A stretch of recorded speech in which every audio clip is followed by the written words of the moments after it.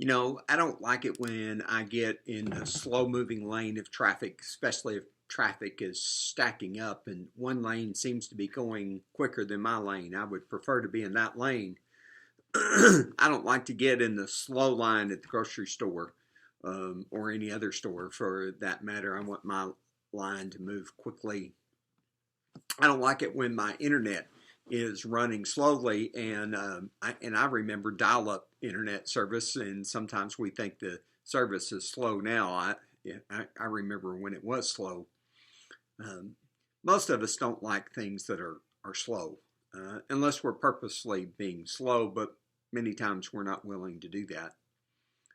But in 2 Peter 3, it tells us that God is not slow, as some count slowness. So those things that we think maybe are God's being slow about tells us that God is not slow. There's a contrast to that. It's not that God is not slow, it is that God is patient. God is patient, it tells us. But there's a purpose for God's patience. God is patient because God doesn't want anybody to perish. He wants everyone to come to repentance. Now, we know from the scriptures that that doesn't happen. Some people are going to perish. Not everyone will come to repentance.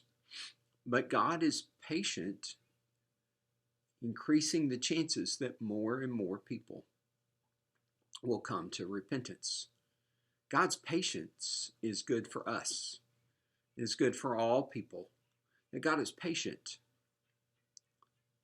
That God is waiting. It's a blessing for us because it increases the opportunity for people to come to know Jesus. But many times I'm impatient because I want to be in that faster lane of traffic so that I can get to where I'm going. I want to be in the faster line at the grocery store so I can be finished and on my way. I want the internet to be fast so I can get on with what I want to do. I've often joked that I wish patience wasn't listed as a part of the fruit of the Spirit in Galatians 5, because that means it's expected of those of us who are Christ followers. And patience isn't an easy virtue for me. It is for some people, and bless you. My children, I'm sure, wished it what would have been for me, and others who were around when my impatience showed probably wished it had been for me as well. But I have this nagging thought. What if my impatience gives others a poor view of God? God is patient. God is patient with us. But as I make it known that I'm a follower of Jesus and I'm impatient, what does that do to other people's view of God?